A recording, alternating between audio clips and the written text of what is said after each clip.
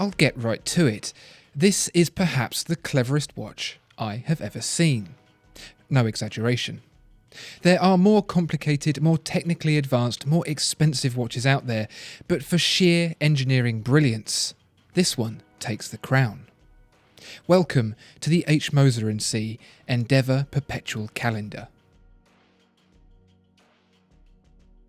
To fully appreciate what H. Moser Cie have done here, it pays to take a look at the tradition of the Perpetual Calendar Complication, and indeed the calendar itself. It would be nice if, like any other metric unit, time could be split into a uniform decimal system, but that's far from the case. Historically, calendars have always been based around some kind of astronomical passage, such as the cycles of the sun and the moon and the subsequent passing of the seasons. Early Roman calendars were actually broken down into 10 months, following the phases of the moon, with the last month, February, shorter to keep the months correctly synchronised.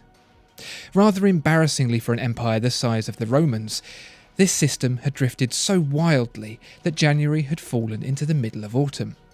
So, the Senate introduced a new month, July, named after the current emperor, Julius Caesar. Then came August, named after Julius's grandnephew, Augustus, and an extra day was added to both. The last thing the Romans did for the calendar was to introduce the leap year. One orbit of the Earth around the Sun is 365¼ days, and so every 4 years another day was added to compensate. Although, to be precise, the length of a year is actually 365 days, 6 hours, 9 minutes and 9 seconds, slightly more than a quarter, so it was also decreed that the leap year every 100 years be skipped. But this still wasn't quite accurate enough for Pope Gregory XIII, who noted that Easter was drifting from the spring equinox, and so he duly added a leap year back on to every 400th year.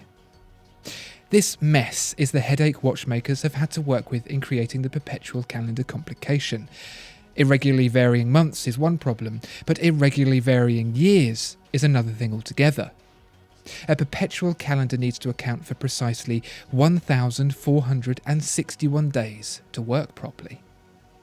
Not so much of a problem inside a roomy clock, but squeezing all this into a pocket watch is, as you can imagine, something of a challenge, one first met by Englishman Thomas Mudge in 1762. The watch, incredibly, survives to this day, and it's unrecognisable by modern standards, adopting multiple rotating discs with which to display the various elements of the calendar. Jump ahead to the first ever Perpetual Calendar wristwatch, a 1925 Patek Philippe, and the complication is shrunk even further. It had taken Patek Philippe 25 years to perfect the Perpetual Calendar, even within a pocket watch, over a century after Mudge's.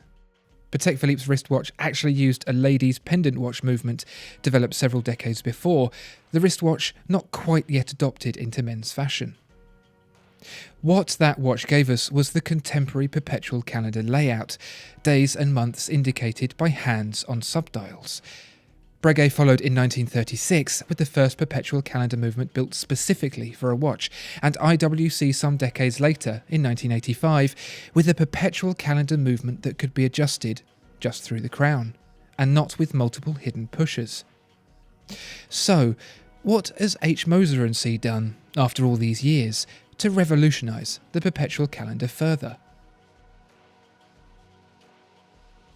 What is immediately apparent with H. Moser Cie's Endeavour Perpetual Calendar is that it looks nothing at all like a perpetual calendar.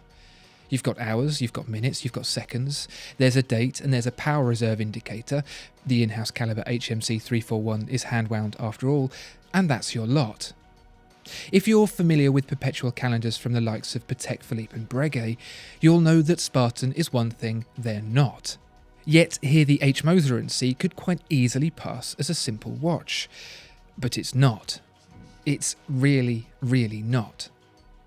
Think about the calendar for a minute, about the butchery that turned it into the mess it is today. It boils down to irregular months and irregular years, at least that's about the gist of it. You know those little brass paperweights with discs you can turn to work out the date?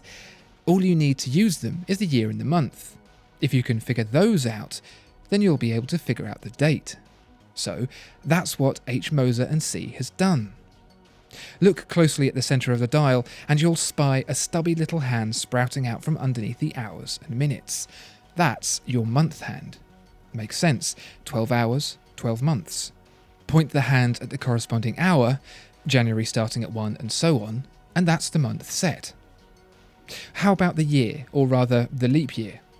With 1 out of every 4 years being a day longer, except that one pesky leap year every 100 years that's skipped, the next one being the year 2100, watchmakers can do nothing about that.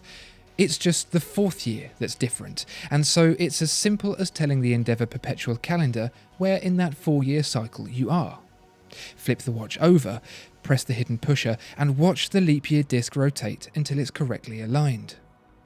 All that remains to do is to set the date in the normal way, and then it's complete. Every passing month will display the correct number of days, including on leap years, switching to the next on cue. But it gets even better still. The big bugbear with perpetual calendars has always been the complexity of resetting it when you've gone too far. With a classic perpetual calendar, you have to cycle through the hidden pushers until the date or month comes back around, and with IWC's crown-only perpetual calendar, you have to let it run down and wait for time to catch up. But with this, you simply wind the crown backwards. It's so simple, so clever. No fuss.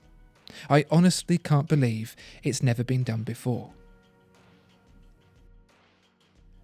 The simplicity and logic of this watch, after being accustomed to a traditional perpetual calendar watch for so long, is like a slap in the face. It's like finding out you've been doing a simple task like walking wrong all these years. You blink a bit, taking in this new information as everything you thought you knew crumbles around you. It's this kind of ingenuity that we live for, moments that stun us into silence, and this just might be the best of all of them. What about you?